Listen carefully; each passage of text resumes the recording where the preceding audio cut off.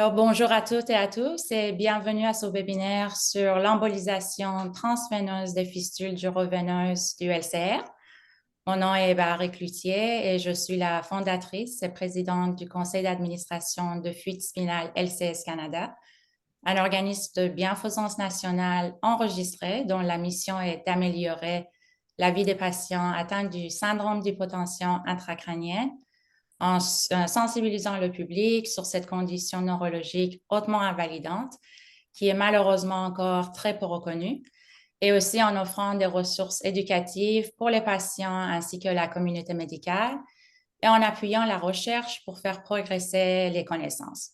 Ce webinaire fait partie de nos efforts à offrir des ressources éducatives dans les deux langues officielles du Canada autant que possible.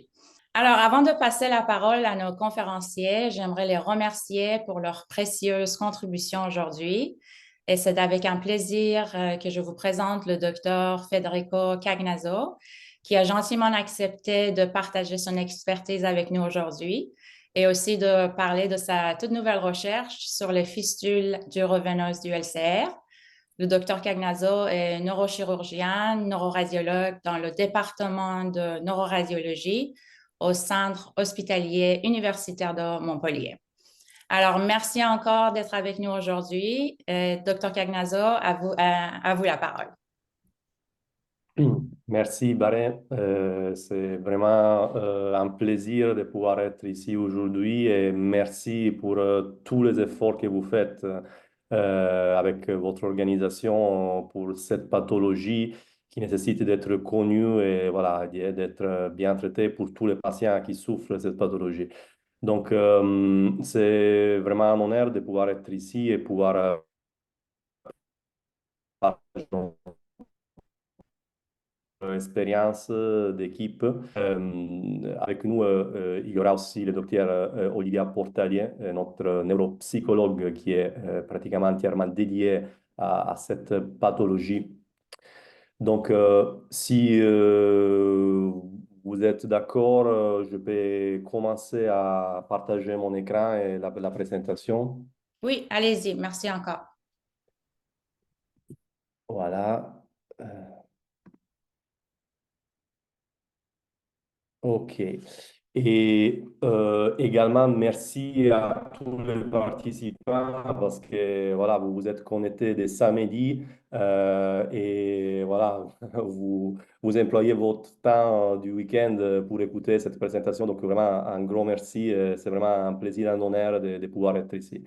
Donc, comme Barré l'a remarqué tout à l'heure, voilà, cette présentation, l'idée de cette présentation, au moins, est née suite à cette publication que nous avons réalisée avec l'équipe de Montpellier et qui souligne l'efficacité de l'embolisation transveineuse des fistules duroveineuses dans l'hypotension intracrânienne notamment l'efficacité de la normalisation et la rapidité de la normalisation des signes IRM suite à l'embolisation des fistules. Avant d'aborder les papiers publiés, les résultats, j'aimerais un tout petit peu décrire notre centre, notre team et aussi en fait décrire un peu l'histoire de notre centre. Je tiens à souligner que beaucoup de l'expertise que nous avons aujourd'hui viennent de la prestigieuse Mayo Clinic où voilà, j'ai eu la possibilité et la chance d'être comme fellow de recherche et research collaborator plusieurs fois depuis 2016. Voilà, je connais très bien Walid Brinjiski, qui est le médecin qui a pour la première fois proposé cette stratégie d'embolisation des fistules par voie transveineuse. Et je tiens aussi à montrer un peu l'organisation de notre centre qui est une organisation multidisciplinaire parce que, comme vous le savez, cette pathologie nécessite une expertise multidisciplinaire pour une bonne prise en charge, pour pouvoir traiter la fuite pour pouvoir guérir les patients atteints d'une hypotension. Bien sûr, nous avons voilà, des neuroradiologues qui travaillent dans ces domaines, voilà, moi-même, mais nous avons le professeur Nicolas Longeon qui est un très très bon neurochirurgien qui s'occupe de la chirurgie rachidienne et qui traite les fuites qui nécessitent une stratégie chirurgicale. Nous avons aussi le professeur Max Villain, qui est un neuro-ophtalmologue qui est dédié à la pathologie des troubles de la pression intracrânienne, à l'hypertension intracrânienne et aussi à l'hypotension intracrânienne. Andy Crow, professeur Andy Crow, qui est un headache neurologist, donc un neurologue expert en céphalée et migraine, vraiment avec une expertise vraiment très élevée en migraine céphalée et dans les domaines de l'hypotension. Nous avons aussi le docteur Akil Kaberde, qui est un ORL, qui s'occupe des troubles audiovestibulaires des patients atteints d'une hypotension. Et voilà, après le docteur Olivia Portalier, qui prendra la parole à la fin de cette présentation, qui est notre neuropsychologue entièrement dédié à ces patients et qui joue un rôle vraiment très important parce que nous pensons que cette pathologie n'est pas seulement une fuite, n'est pas seulement que des céphalées ou des vertiges ou d'autres symptômes, mais il y a aussi une atteinte très importante sur la vie du patient, sur la qualité de vie du patient. Et voilà, et c'est le job d'Olivia d'accompagner ces patients pour une meilleure prise en charge. Voilà notre centre, voilà, nous sommes là, nous sommes au sud de la France, avec un bon bassin de population autour de l'hôpital. Nous avons plusieurs patients qui viennent un peu de toute la France et nous commençons à avoir aussi des patients qui se rapprochent à notre centre, qui viennent de l'étranger, voilà, d'Italie ou de la Roumanie ou de l'Israël. Ça, c'est notre équipement. Nous sommes un gros centre neuro-interventionnel. Nous avons trois salles, trois hanches suite avec biplan. Nous avons trois IRM totalement dédiés à la neuro, un scanner double énergie totalement dédié à la neuro. Et voilà, ça, c'est la nouvelle salle qui a été achetée pour l'hypotension intracrânienne, pour la prise en charge de l'hypotension intracrânienne. Donc, c'est un Siemens avec un scanner et un monoplan. Donc, c'est une salle hybride où on peut vraiment réaliser toutes les investigations nécessaires pour la recherche de la fuite et le traitement de la fuite. Pour vous montrer un peu notre hum, expérience et population. Donc, je vais vous faire apprécier que nous avons beaucoup de patients qui souffrent d'une fistule duraveineuse. Nous avons à peu près 60% des fuites qui sont des fistules et 40% des fuites qui sont des fuites de type 1, donc un ostéophyte qui peut percer la dure mère localisée au niveau antérieur, ou des types D, donc un diverticule de la racine qui fuit. Nous traitons ce type de fuite par voie chirurgicale, surtout les fuites de type 1. C'est presque entièrement une indication chirurgicale. Les types D, nous les abordons par voie chirurgicale ou aussi par blood patch avec col de fibrine transforaminale localisé au niveau de la fuite. Et les types 3, par contre, sont entièrement traités par voie endovasculaire. Et c'est pour cette raison qu'aujourd'hui, nous allons parler de techniques endovasculaires, nous allons parler de cette stratégie endovasculaire et des résultats du papier que nous avons publié. Tout d'abord, c'est quoi une fissure duraveineuse? Donc, parmi vous, peut-être, il y a des collègues médecins qui connaissent bien, mais il y a peut-être des gens qui ne sont pas médecins, qui ne sont pas experts dans cette pathologie. Donc, c'est quoi? C'est en fait une entité qui a été décrite à peu près il y a 10 ans et qui représente une connexion anormale entre l'espace intradural sous-arachnoïdien de la moelle, du rachis, et les veines paraspinales. Donc, il y a une perte de liquide non contrôlée qui se produit par les veines paraspinales. Les diagnostics de la fissure douloureuse est quelque chose d'essentiel. Donc, je pense que la partie la plus difficile est de retrouver, de poser les bons diagnostics et retrouver la fissure. Je tiens à souligner que les techniques non dynamiques, les techniques non en décubitus latéral sont associées à une faible probabilité de retrouver la fistule. C'est pour cette raison que je tiens vraiment à souligner que nous avons besoin de techniques avancées en décubitus latéral qui peut se réaliser en fluoroscopie, donc en utilisant un monoplan ou un biplan, ou en scanner, où on peut coupler les dés. Mais nous avons besoin de techniques en décubitus latéral et de techniques avec acquisition dynamique. Et ça, c'est notre stratégie. Donc, en fait, nous réalisons des myélographies dynamiques en décubitus latéral, associées aussi à des myéloscanners en décubitus latéral grâce à l'équipement que nous avons, donc cette salle hybride qui nous permet de faire les dés de façon séquentielle. Et voilà une petite vidéo pour vous montrer en fait la technique. Donc, les patients en décubitus latéral, on injecte les produits de contraste. Vous voyez les produits de contraste qui s'étalent le long de l'espace intradurale. Vous voyez un kyste qui s'injecte et vous voyez de façon progressive une jolie veine qui s'injecte. Et voilà, le diagnostic est posé grâce à cette technique. Donc, ça, c'est voilà, une vidéo que nous avons réalisée pour un congrès pour détailler la technique. Et vous voyez de l'autre côté, à droite, vous avez l'image scanner réalisée tout de suite après l'injection. Et vous voyez en fait les détails anatomiques du kyste, les détails anatomiques de la veine paraspinale. Donc, un diagnostic certain en fait d'une fistule qui peut bénéficier d'une occlusion dirigée. Je tiens aussi à mettre en évidence quelque chose que je pense très important. Je tiens à lancer aussi un message à à la communauté. Les blood patch, quelque chose que nous utilisons beaucoup dans l'hypotension intracrânienne, est quelque chose qu'il faut faire, bien sûr.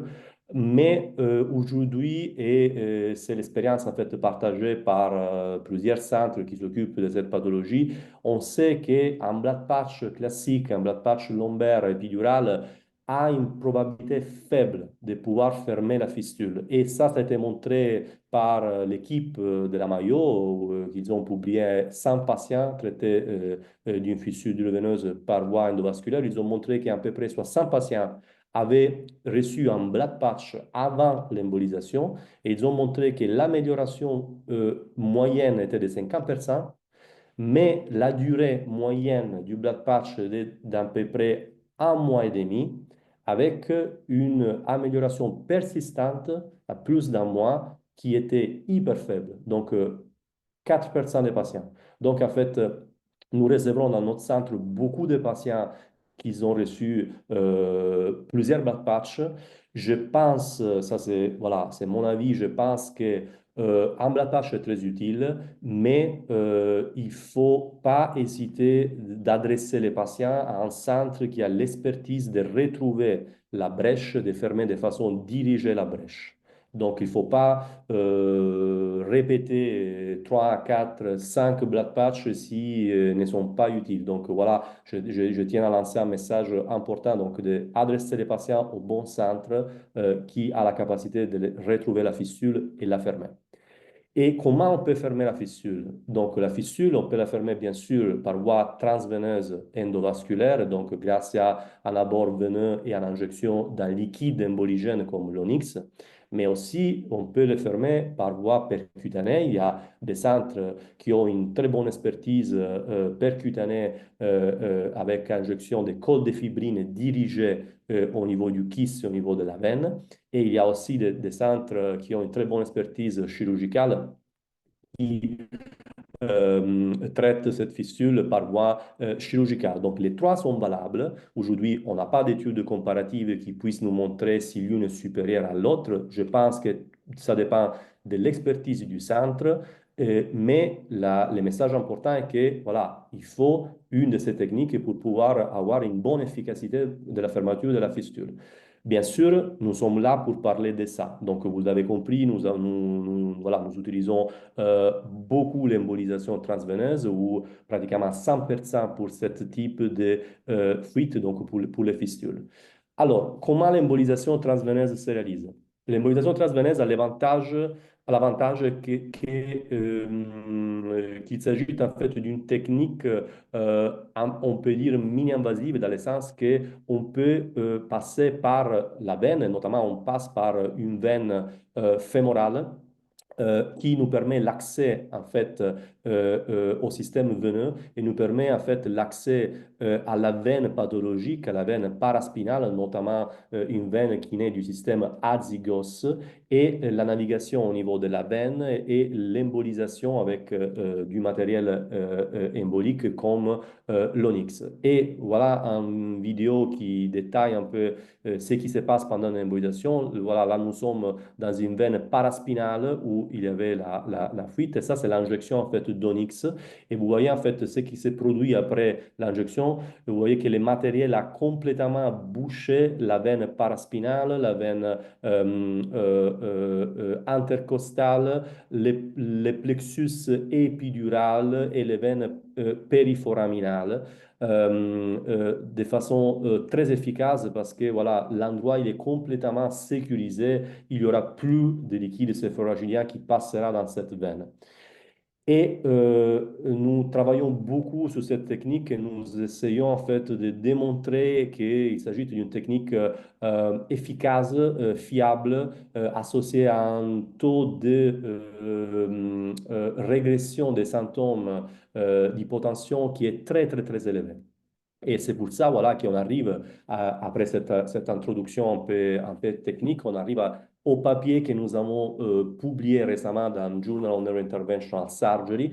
Donc, ce papier, en fait, comme le titre le montre, est un papier qui se focalise sur l'IRM et se focalise sur les résultats d'IRM après l'embolisation, à 24 heures après l'embolisation, et ensuite au suivi pour pouvoir démontrer que l'occlusion de la fistule par voie transveineuse est quelque chose de très efficace avec des changements qui peut s'apprécier immédiatement après, quelques heures après, à 24 heures après l'embolisation. L'objectif donc de l'étude était de démontrer que les signes IRM d'une hypotension intracrânienne, mais aussi, bien sûr, les symptômes d'une hypotension intracrânienne s'améliorent de façon, j'oserais dire, ultra rapide après une embolisation efficace et bien réalisée de la fistule.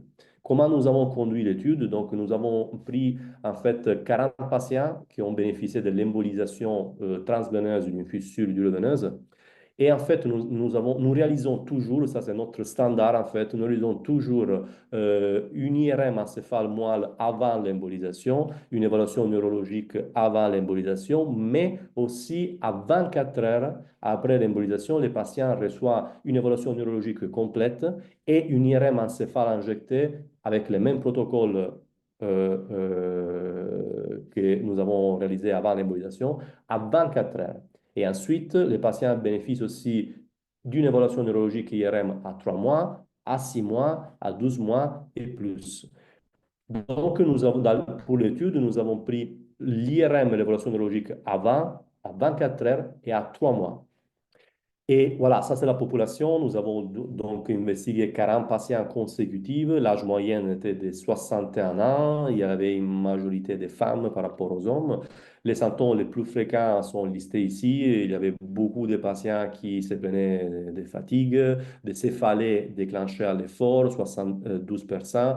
Bien sûr, la majorité avait des céphalées orthostatiques, mais pas que des céphalées orthostatiques. Il y avait aussi une minorité de patients qui présentaient des céphalées qui n'avaient plus un caractère orthostatique, donc quelque chose de voilà, un peu différent.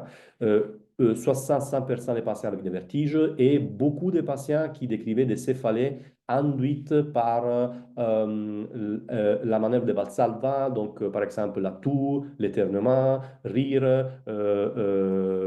aussi voilà, les aux toilettes, voilà, etc. Donc, des céphalées qui se déclenchent à chaque augmentation de la pression intra-thoracique. Ça, c'est un symptôme qui revient vraiment de façon très fréquente chez ces patients.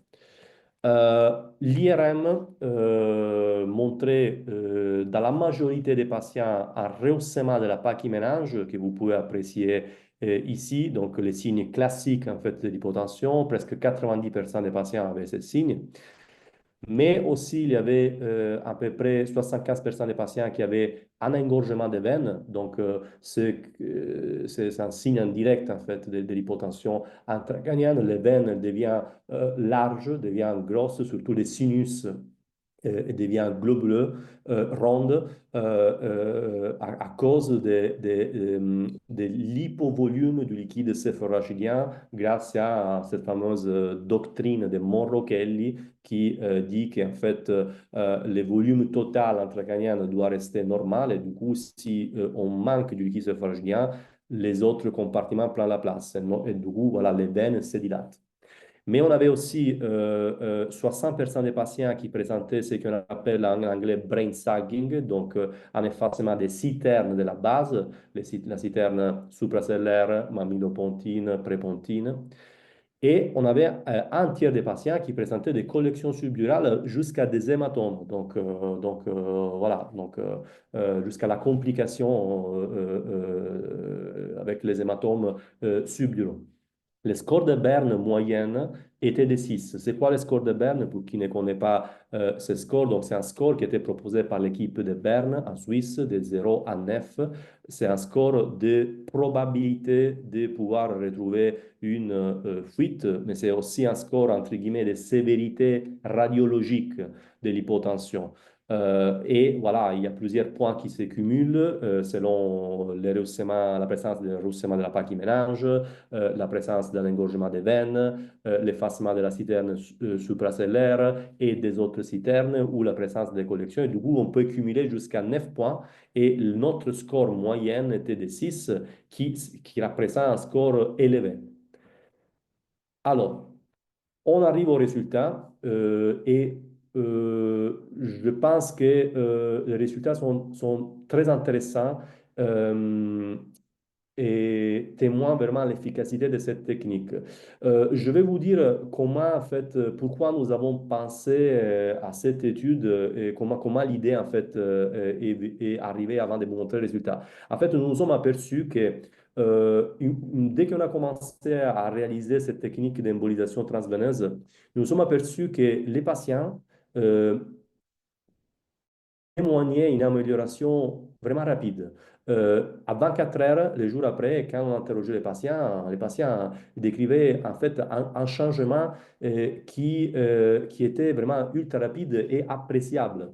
C'est pour ça que nous avons commencé à réaliser les premières IRM à quelques jours. Donc, au début, c'était 3 jours. Après, à 48 heures et ensuite à 24 heures. Et nous nous sommes aperçus que l'IRM réalisé juste après les gestes montrait des résultats incroyables. En fait, nous avons vu en fait que les signes régressaient de façon ultra rapide. C'est pour ça que nous avons standardisé cette IRM que nous faisons à tous les patients jusqu'à 24 heures de l'embolisation.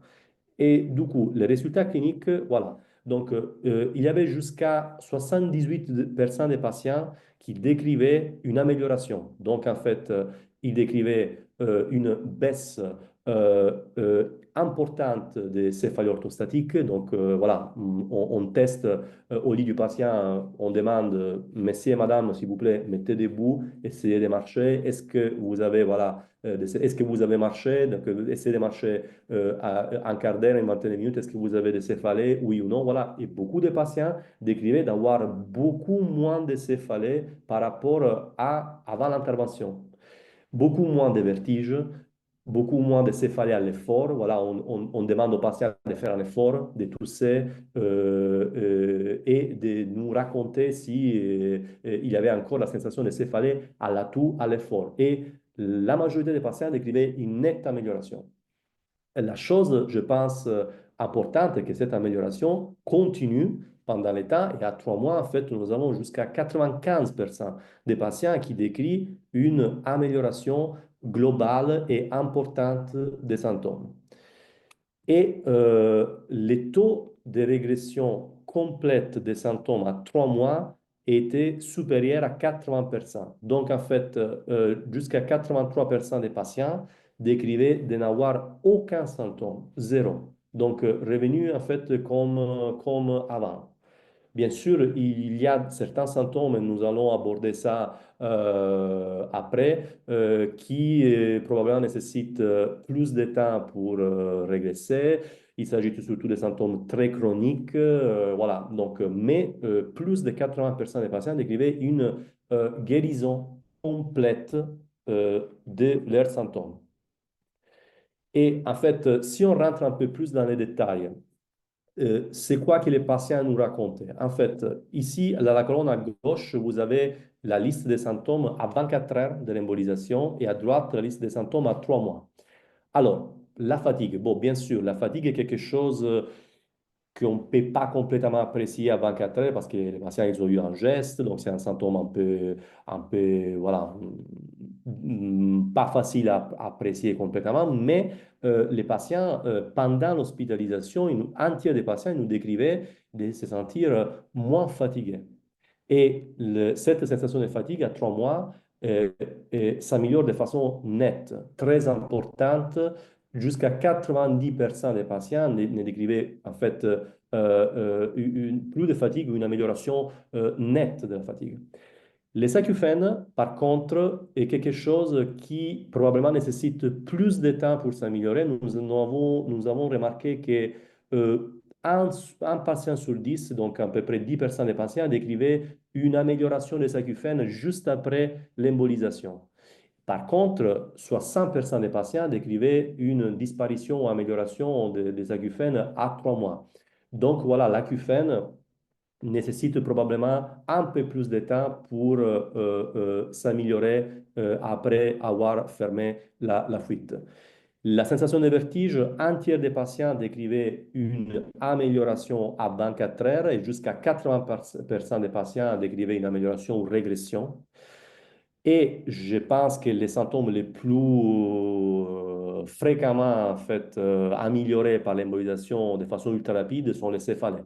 En fait, 70% des patients et 80% des patients avec céphalée orthostatique et céphalée induite au Valsalva, respectivement, décrivaient une amélioration, même régression à 24 heures. Donc, il y avait jusqu'à 80% des patients qui disaient, docteur, je n'ai plus de céphalée ou j'ai vraiment pas beaucoup de céphalée à 24 heures de l'embolisation.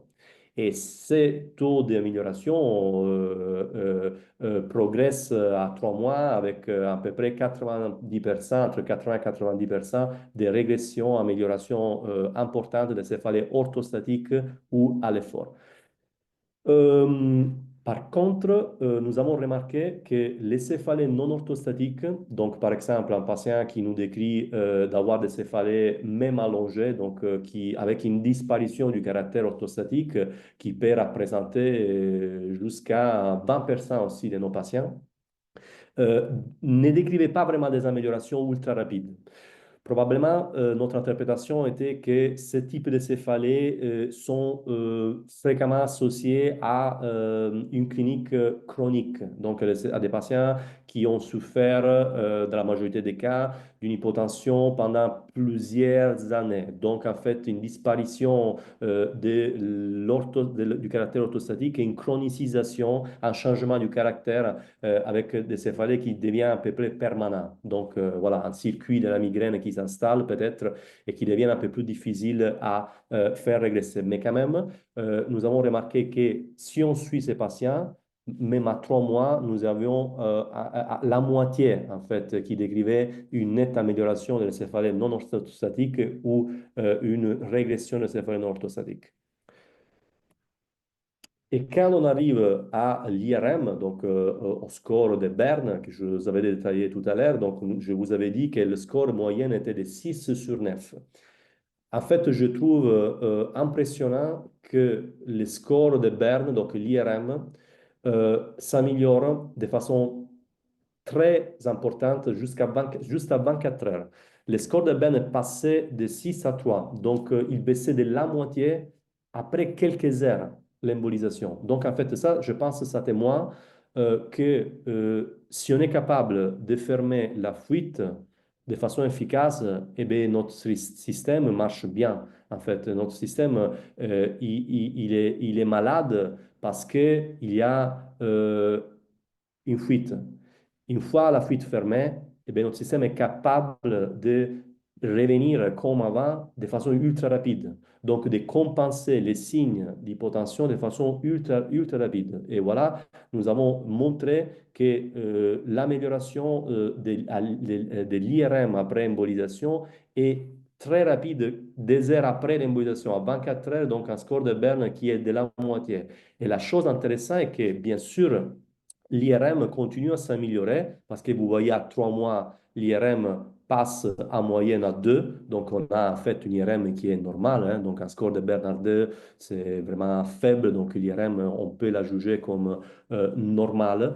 Mais la chose que je trouve très intéressante est que l'amélioration la plus importante se passe quelques heures après, pas quelques mois. Donc, en fait, euh, je pense que ça souligne vraiment l'importance d'un traitement dirigé de la fuite, de la fissure, donc de retrouver la fistule et de la fermer de façon appropriée, de façon dirigée par la technique que vous voulez. Dans notre centre, c'est l'embolisation transveineuse, mais une fois la brèche fermée, la fissure fermée, l'appréciation de l'amélioration est vraiment très importante.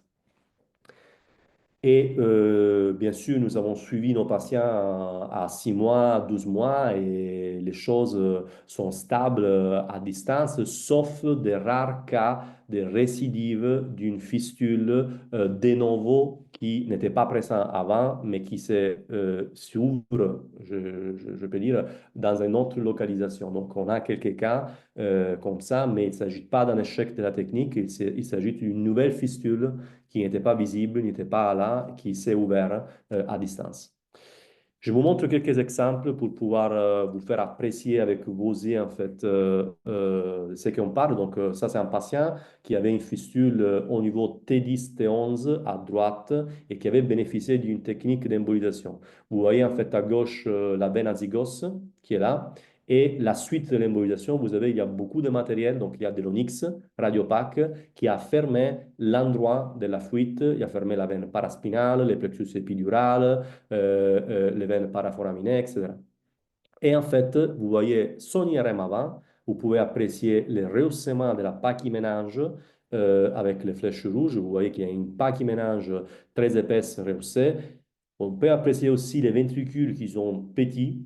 Donc, ce patient avait 60 ans, donc les ventricules sont quand même petits pour l'âge. Un sinus sagittal qui est un peu globuleux. Et en fait, ça, c'est son IRM à 24 heures. Et donc, vous pouvez voir que la ménage se normalise.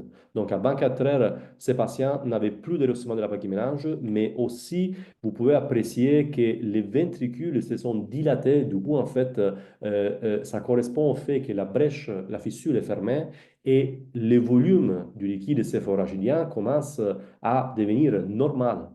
Et vous pouvez apprécier une dilatation des ventricules qui redeviennent normales à 24 heures de l'embolisation. Et à 3 mois, ce que je vous disais tout à l'heure, en fait, l'amélioration est probablement beaucoup plus importante pour la majorité des patients. Hein. C'est pas 100% des patients, mais pour la majorité des patients, est beaucoup plus importante à 24 heures, donc quelques heures après l'embolisation, qu'à 3 mois. À 3 mois, on voit une belle IRM normale, mais elle est essentiellement comparable à celle qu'on avait à 24 heures. Encore un autre exemple. Voilà, ça c'est une patiente qui présentait une fistule au niveau T8, T9 qui avait bénéficié d'une embolisation, comme vous pouvez voir ici, hein, avec du matériel de l'Onyx. Ça, c'est son IRM avant l'embolisation. Donc, c'est une coupe sagittale injectée et on va regarder ensemble les signes. Donc, vous voyez en fait une hypophyse qui est un petit peu bombante avec une citerne supra-hypocéllaire qui est petite. Vous voyez un gros sinus droit, donc les veines qui sont dilatées. Et en fait, je vous invite à regarder à droite, donc regardez à 24 heures, vous voyez on a une augmentation de la distance suprasellaire. Donc cette distance, l'hypophyse commence à devenir, entre guillemets, normale. La distance commence à s'améliorer et les sinus qui étaient gros, les sinus droits, regardez à gauche et regardez à droite, voilà, à 24 heures, ils deviennent normaux. Ils deviennent une veine normale, comme elle était. Donc, en fait, une amélioration, on peut apprécier sur cette IRM, par exemple, une amélioration d'au moins 4 points, parce qu'on n'a plus les 2 points du score de Berne de la citerne superhypophysaire, on n'a plus les 2 points de l'engorgement veineux. À 3 mois, regardez, il y a encore de l'amélioration, hein, donc parce que les patients peuvent continuer à s'améliorer, l'IRM peut continuer à s'améliorer. Regardez son hypophyse à 3 mois et regardez son hypophyse avant l'embolisation. Mais il y a voilà, une chronologie des changements de l'imagerie qui est ultra rapide quelques heures après la fermeture de la brèche. Pour résumer tous nos résultats, nous avons traité à peu près jusqu'à aujourd'hui plus de 80 patients avec une fissure veineuse par voie transveineuse, donc par embolisation. Et les taux d'amélioration est les mêmes. Donc, on a jusqu'à 95% des patients qui s'améliorent de façon nette pendant le suivi. 85% des régressions totales des symptômes, donc ils n'ont plus rien, vraiment rien. Il y a quand même, comme je vous disais, quelques patients qui ne s'améliorent pas beaucoup, quelques symptômes, j'oserais dire, qui ont la tendance à résister et à persister. Il s'agit d'à peu près 5% des patients qui ont des acouphènes continus, de longue date, qui ont une perte de l'audition associée et quelques céphalées non orthostatiques. Voilà, ça c'est les symptômes un peu plus difficiles, et surtout les acouphènes parce qu'il est possible que certains acouphènes soient associés à une perte, sont une conséquence d'une perte de l'audition à cause d'une hypotension chronique. Et du coup, voilà, l'oreille interne a été endommagée et la régression de ces symptômes peut ne pas être ni rapide, ni probablement complète. Donc ça, c'est quelque chose on a remarqué malgré la régression des céphalées, malgré une normalisation de l'IRM qui témoigne que la fuite n'est plus là, parce que l'IRM redevient normal. Très important, je pense qu'il faut souligner que c'est une technique qui est safe, donc on n'a pas de morbidité, donc on a eu 0% de morbidité, pas de complications sévères, majeures. Ce que je communique à tous les patients est qu'après l'embolisation, on peut avoir de façon transitoire de la douleur au niveau local, au niveau rachidien, au niveau une espèce de rachialgie, de douleur qui est irradiée le long de la racine, qui est transitoire. Je n'ai jamais eu un patient avec ce type de symptômes permanents, mais qui peut être parfois un petit peu important dans les jours qui suivent. Donc, ça, c'est quelque chose qu'il faut connaître, qu'on communique aux patients, mais qu'on gère avec des antalgiques.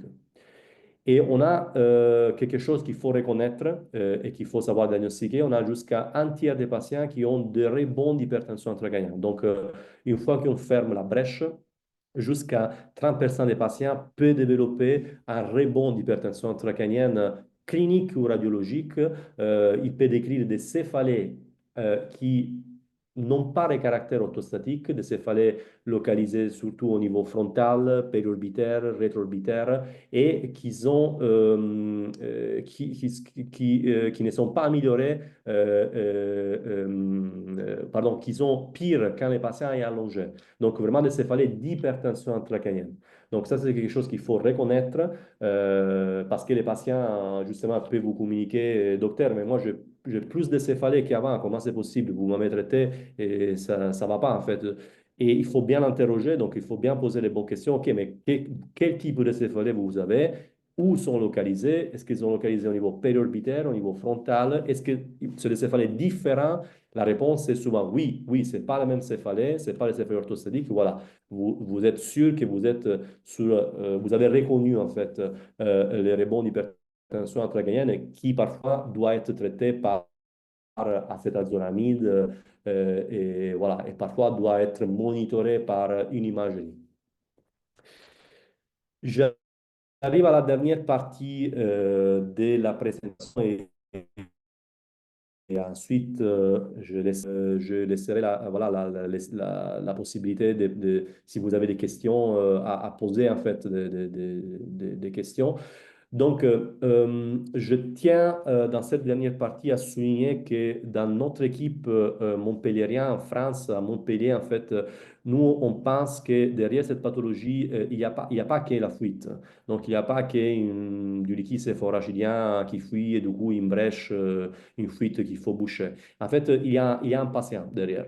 Donc, il y a un patient et là, il n'y a pas qu'une IRM à évaluer, un score de Berne à évaluer ou une céphalée qui régresse ou qui ne régresse pas. En fait, cette pathologie a un impact véritable très important sur la qualité de vie des patients.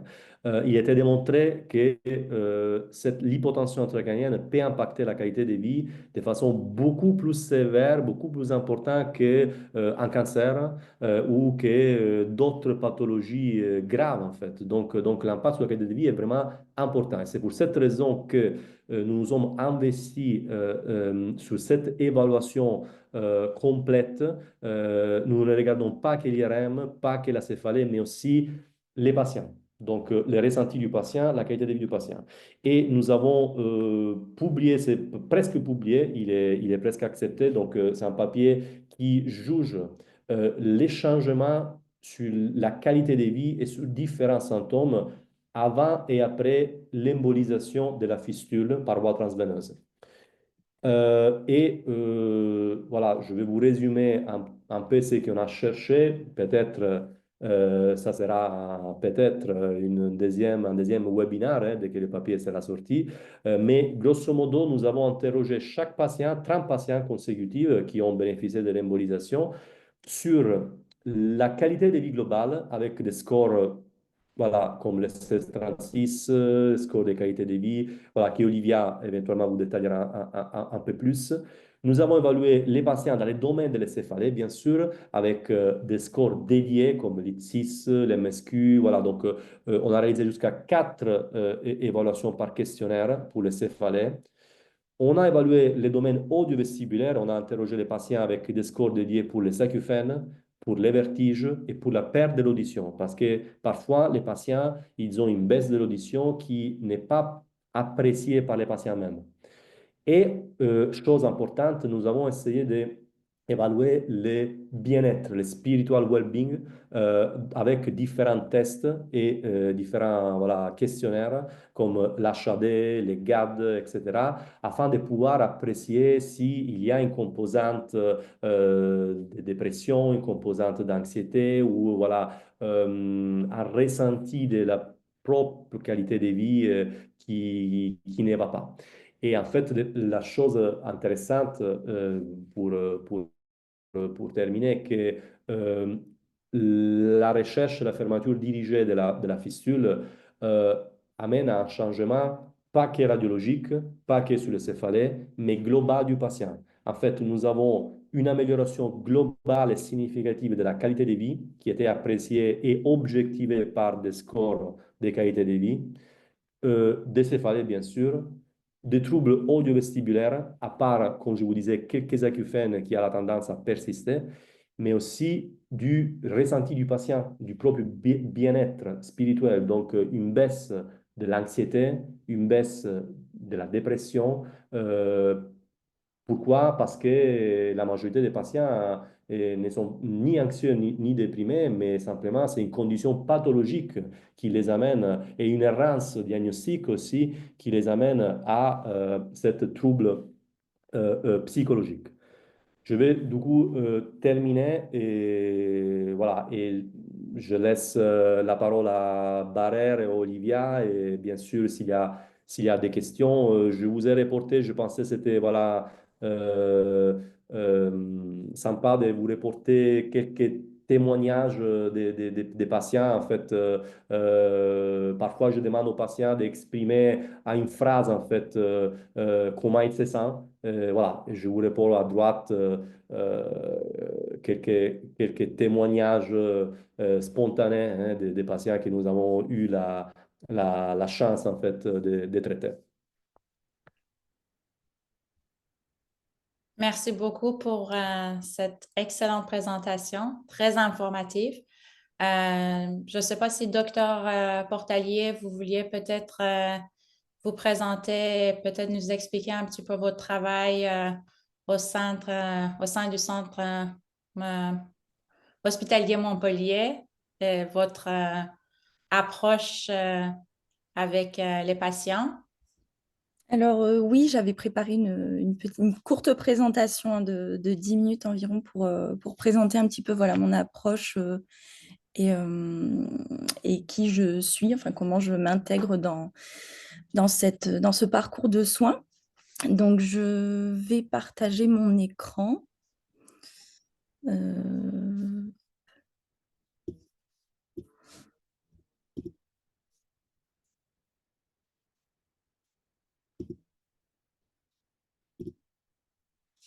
Vous voyez bien?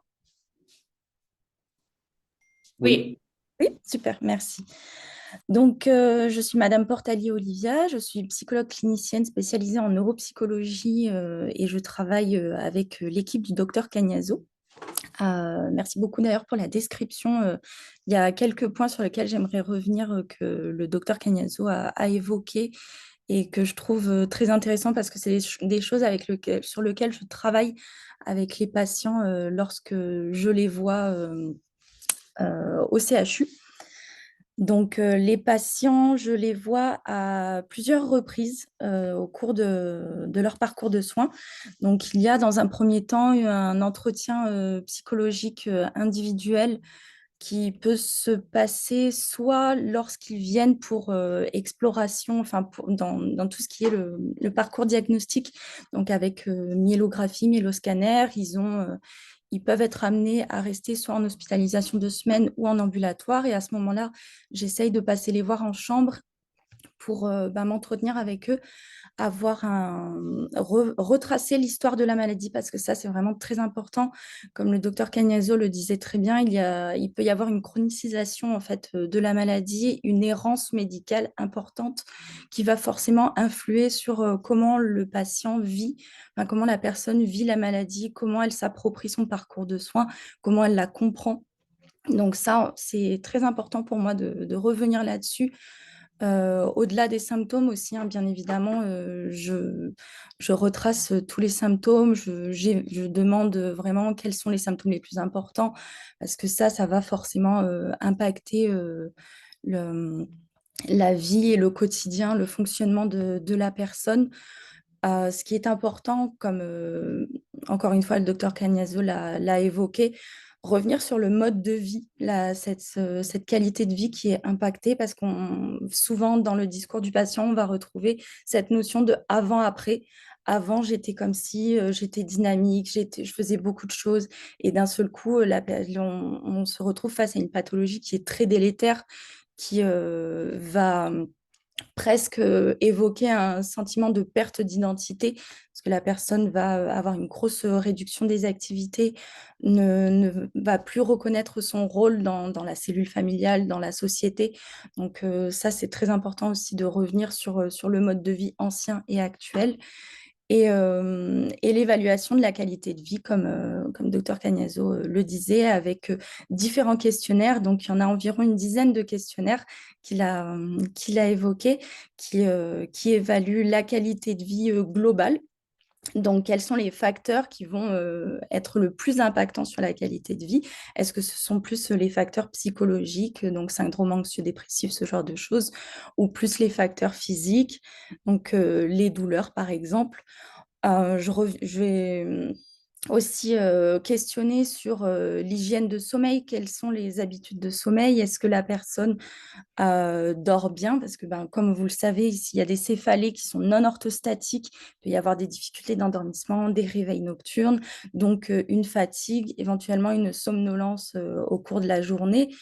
Une fatigue mentale aussi qu'on peut retrouver assez régulièrement, ce côté vraiment de, même si la personne se sent reposée physiquement, être fatiguée de devoir lutter euh, quotidiennement.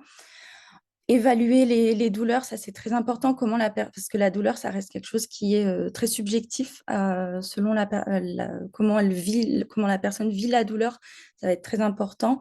Euh, Savoir s'il y en a, parce que certains patients vont présenter éventuellement principalement des vertiges ou des troubles audiovestibulaires. Parfois, voilà, il n'y a pas de céphalée. Comme le docteur Cagnazo le disait, ça reste quand même assez rare. Aller voir quelles sont les activités maintenues. Est-ce que la personne a encore des activités qui peuvent éventuellement être protectrices, aller vraiment travailler ce côté un peu protecteur des activités de loisirs, activités physiques, s'il y en a encore. Le soutien social, que ça soit au sein de la cellule familiale ou les amis, est-ce que la personne se sent suffisamment soutenue? Est-ce qu'elle a des personnes ressources? Moi, j'appelle ça des personnes ressources vers qui elle peut se tourner, qui peuvent la soutenir. Donc, par exemple, pour aller faire les courses, pour s'occuper de la maison, s'occuper des enfants quand il y en a. Donc, ça, c'est très important de l'évoquer aussi. Et bien évidemment, l'humeur, à savoir où en est la personne au niveau de l'humeur. Est-ce qu'on retrouve un syndrome anxio-dépressif important? Euh, Souvent, pendant le premier entretien, s'il y a des larmes, là, je vais adapter l'accompagnement et proposer à la personne de la revoir s'il y a nécessité, si vraiment on sent une grosse déprime du fait voilà, de l'impact de cette pathologie. Donc ça, c'est le, le moment où je rencontre le patient. Et systématiquement, je recontacte le patient ou la personne à 3 mois donc à 3 mois post-intervention, que ça soit intervention chirurgicale ou embolisation.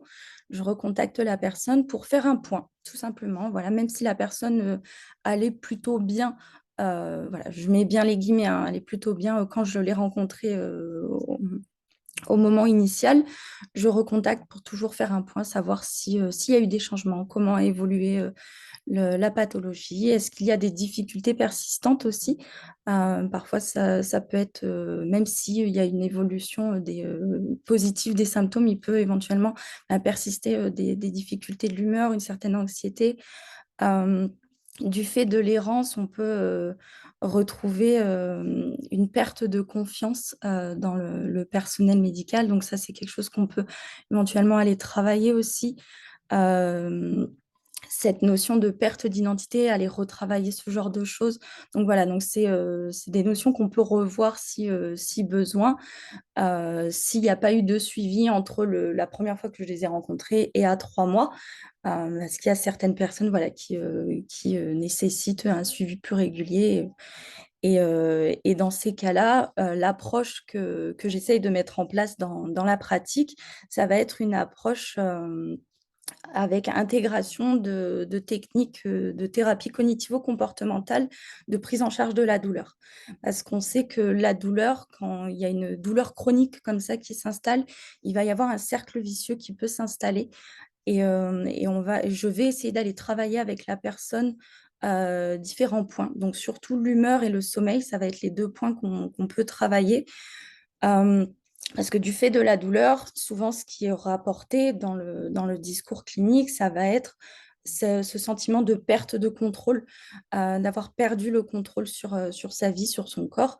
Donc on va essayer de reprendre du contrôle au niveau de l'humeur, voir qu'est-ce qu'on peut faire pour améliorer l'humeur, améliorer la qualité de sommeil, parce que des difficultés d'endormissement, des réveils fréquents peuvent après amener à une certaine irritabilité, une anxiété, des, par, pardon, un syndrome dépressif avec une perte de plaisir, donc une anédonie, peut-être une certaine apathie, des difficultés à engager dans des activités du fait d'avoir peur d'avoir mal. Donc, je n'ai pas la prétention de dire que la douleur disparaît. Ça, je préviens bien. Ce qu'on va faire, c'est qu'on va travailler la tolérance à la douleur. Essayer d'aller augmenter en fait la tolérance à la douleur pour améliorer la qualité de vie, le quotidien de la personne. Euh, j'ai oublié de dire aussi que je questionne toujours sur les idées suicidaires parce que, ben, comme vous le savez, c'est une pathologie qui est vraiment très délétère. J'ai eu plusieurs fois des patients qui me disent, mais j'ai envie de m'arracher la tête, hein, tellement les douleurs, elles sont insupportables et qu'il n'y a rien qui fait, qui soulage.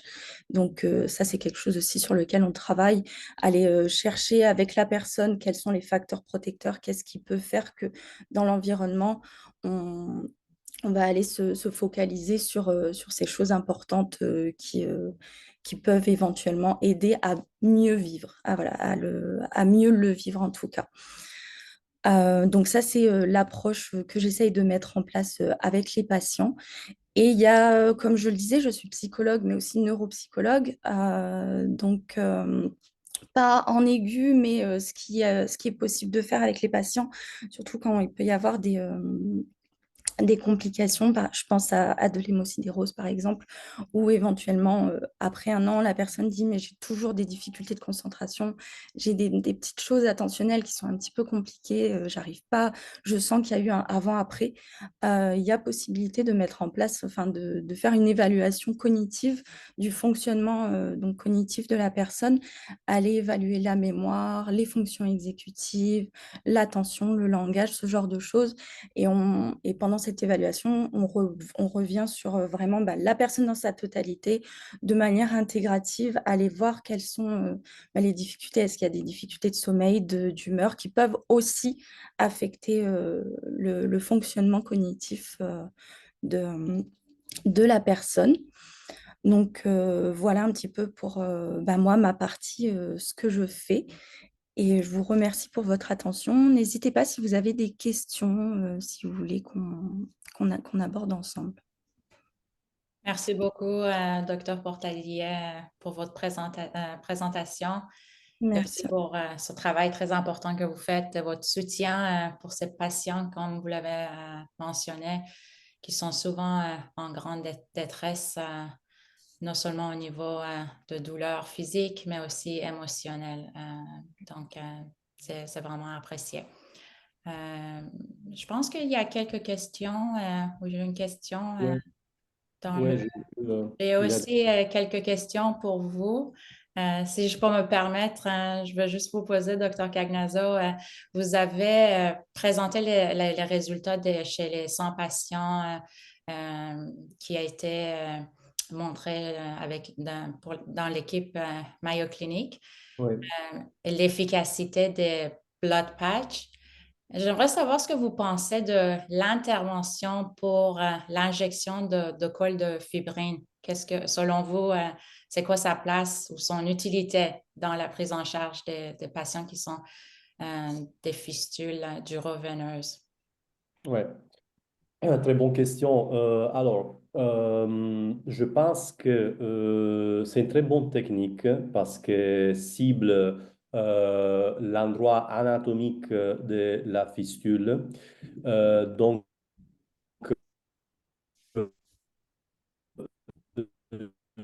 je pense il y a une très multistrique qui a montré voilà, une très bonne efficacité aussi de cette technique d'injection d'école de fibrine.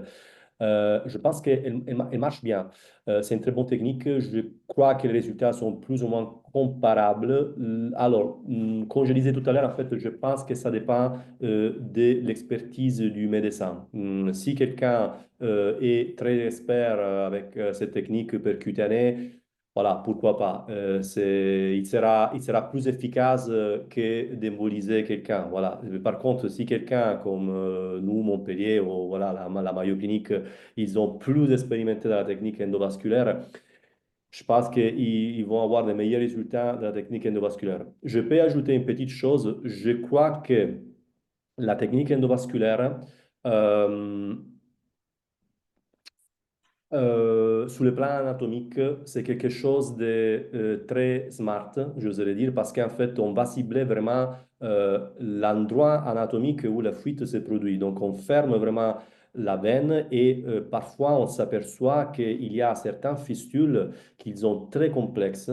Donc, ils ont par exemple un drainage paraspinal, plus un drainage musculaire, plus un drainage épidural et transosseuse. Du coup, en fait, la technique endovasculaire le Lonix peut pénétrer partout parce qu'on a un cast qui pénètre partout. Du coup, peut vraiment fermer tous les chantes, en fait.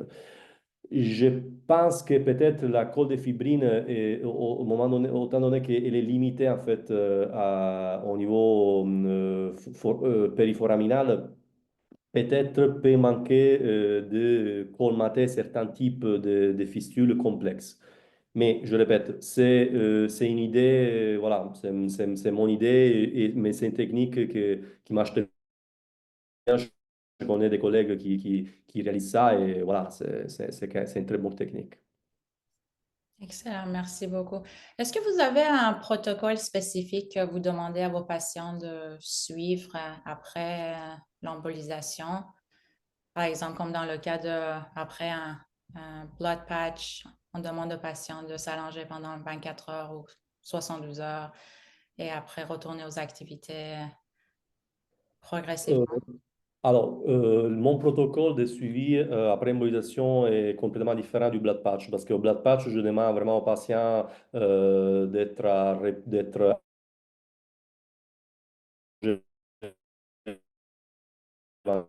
24, 48 heures, à repos, activité très haute pendant 3 semaines. Donc voilà. Alors, l'embolisation, pour moi, c'est quelque chose qui ferme de façon définitive la brèche. Donc, pour moi, si l'embolisation est bien réalisée, la brèche ne peut pas se rouvrir. Donc, c'est pas un blood patch qui amène une cicatrisation, en fait. Donc, on injecte du sang, on espère, en fait, que voilà, ça va cicatriser, etc. Donc, franchement, moi, je demande pas j'impose pas de précautions particulières aux patients. Je dis simplement de contrôler la douleur rachidien, donc de m'appeler s'il y a une douleur locale qui s'installe. Et parfois, ça peut arriver après quelques jours, une radiculalgie. Je demande de contrôler le rebond d'hypertension intracrânienne parce que j'ai eu des cas où le rebond ne se produit pas 24 heures, mais se produit après quelques jours jusqu'à un mois. J'ai des patients qui m'ont rappelé, en fait, dans mon protocole, je revois tous les patients par téléphone ou en direct à un mois, juste pour une interrogation, pour savoir comment les choses évoluent. À 3 mois, 6 mois, un an, il y a une IRM. À un mois, je les interroge. Et j'ai eu quelques patients qui, à un mois, et me racontent en fait d'avoir des céphalées bizarres. Et à l'interrogatoire, on s'aperçoit qu'il y a un rebond de céphalée qui est apparu et qui après est confirmé par l'IRM. On voit des signes de sténose en fait des veines qui se produit ou des dilatations de la gaine, de l'aortique. Donc, au-delà de ça, non, je recommande une première semaine parce que c'est quand même une intervention, voilà, d'être au repos. Mais après ça, non, pas de précautions particulières. OK, excellent. Merci beaucoup pour cette explication. On a une question aussi que la personne vous remercie et aussi des très bonnes sessions informatives. La question, c'est disposez-vous de données concernant l'évolution de ces patients et avez-vous un système permettant de les suivre pour vérifier la durée du traitement et savoir pendant combien d'années ils restent efficaces? Merci encore aux conférenciers. Alors, encore une très bonne question, très pertinente, parce que en fait, une des questions que la communauté scientifique se pose est sur la durabilité. Voilà.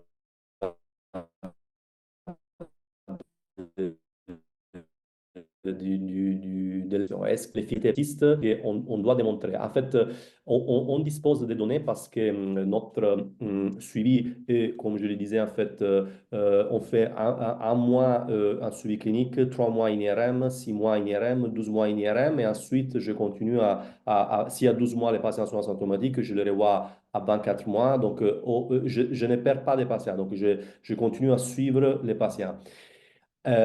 Concernant la durée du traitement, je peux vous dire que j'ai eu deux, trois peut-être cas où de vraies récidives. Dans le sens que le patient allait mieux et après quelques mois, il a récidivé. Et en fait, je peux vous dire qu'il s'agissait des premiers cas que je traitais où j'étais un petit peu plus timide. Dans le sens que, voilà, quand j'ai embolisé, je me suis peut-être un petit peu arrêté à la veine paraspinale. Je n'ai pas voulu injecter trop parce que je connaissais pas complètement voilà, les effets en fait, de cette embolisation. Du coup, j'étais un petit peu timide et du coup, j'ai eu des récidives au même endroit de la fistule. Du coup, j'ai repris les patients, j'ai fait une myélographie, j'ai vu qu'il y avait une petite veine qui passait au même endroit. Et du coup, j'ai repris les patients, je les réembolisais, j'étais un peu plus agressive, entre guillemets, et je n'ai pas eu de problème. Dès que j'ai compris que je dois fermer en fait la veine paraspinale, foraminée, les plexus épidurales et aujourd'hui je ferme aussi, je m'étale à niveau supérieur et inférieur, donc je ferme vraiment l'endroit. Je n'ai plus de récidive, je n'ai pas eu de récidive au même endroit. J'ai eu quelques cas, et il s'agit d'à peu près 5%, 8% peut-être des patients qui ont eu une récidive de novo. Donc, une patiente, par exemple, avait une fissure TNF-T10 à droite, complètement guérie, cliniquement et radiologiquement. 12 mois après, elle va à la montagne et elle revient. Elle me contacte, elle me dit, j'ai de nouveau les mêmes céphalées. Donc, on refait une IRM pathologique, on retrouve une fistule de l'autre côté, à un autre endroit qui n'était pas présent avant. Donc, on a quelques cas de novo fistules qu'on peut apprécier lors du suivi. Du coup, la question est très pertinente parce qu'il faut suivre ces patients. Il ne faut pas dire, bon, le patient va bien, voilà, c'est bon, on a l'efficacité. Et encore une fois, je me permets, il y a beaucoup de papiers sur les blood patch, donc blood patch voilà, classique, untargeted, voilà. En fait, si on regarde l'outcome, parfois on dit oui, ça marche bien, mais si on regarde l'outcome, en fait, les outcomes sont les outcomes à un mois, à 3 mois, avec amélioration des céphalées, et après, en fait, on ne sait rien de ce qui se passe après. Donc, il faut suivre ces patients et oui, pour le moment, je peux vous dire, les résultats sont très bons, sauf ces cas de récidive que je vous ai raconté. Excellent, merci beaucoup. Bien, on a passé le temps, on a déjà pris plus qu'une heure de votre temps aujourd'hui. Merci encore pour votre contribution aujourd'hui à vous et Dr. Portalier. C'est grandement apprécié. Et nous avons bien hâte de voir vos résultats ou voir votre recherche sur la qualité de vie des patients avec les fistules d'ureux et en espérant pouvoir faire un autre webinaire là-dessus. Merci encore. Bon dimanche à tous et à toutes et à bientôt. Merci encore. Très Merci. bien, merci, merci Baré, merci à tous les participants. On a peut-être manqué juste une question pour être correct. Après, éventuellement, moi, je suis disponible. Vous avez mon mail, Baré, je suis disponible à partager mon mail.